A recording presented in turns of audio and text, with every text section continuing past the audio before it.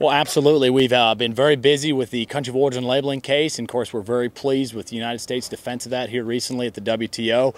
U.S. Cattlemen's was back in Washington, D.C. this past summer, getting information and making sure our defenders had the best amount of information, and so we're very pleased. We're looking to hear for a response, a final response by next summer, and of course whatever the outcome is, it will be appealed, and so we'll go through that process. So you're looking at July 2011 and then followed up by a year later with additional information on cool. But regardless, U.S. Cattlemen's is going to keep pushing on that particular issue.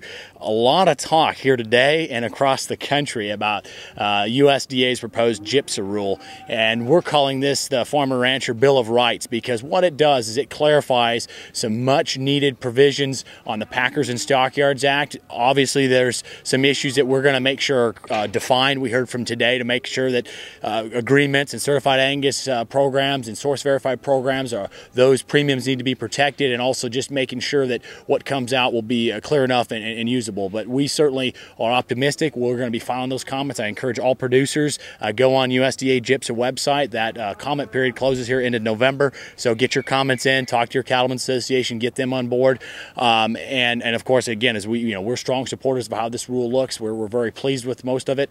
And the other big issue is this animal disease traceability, and certainly here in Miles City or any livestock market you go into, you want to make sure when you take your cattle in, you're going at the speed of commerce. And you too on the ranch, you don't want to be putting in some ID tag and buying readers and whatnot. You want to be able to utilize your existing system. And U.S. Cattlemen's, we've worked with all the ag groups. We recently met in Colorado here in August in Denver with all the livestock groups and USDA and the state animal veterinarians to talk about what this new proposed rule. USDA will be issuing a proposed rule for animal disease traceability next spring 2011, and that will deal with focusing on your existing systems, along with being able to track your intrastate, your female population, your adult cattle, and then we're working on the phased-in approach with the feeder cattle. So some components there, but primarily it's focused on existing systems, and we'll be building on that in the days and weeks to come. So hope everyone stays tuned on that.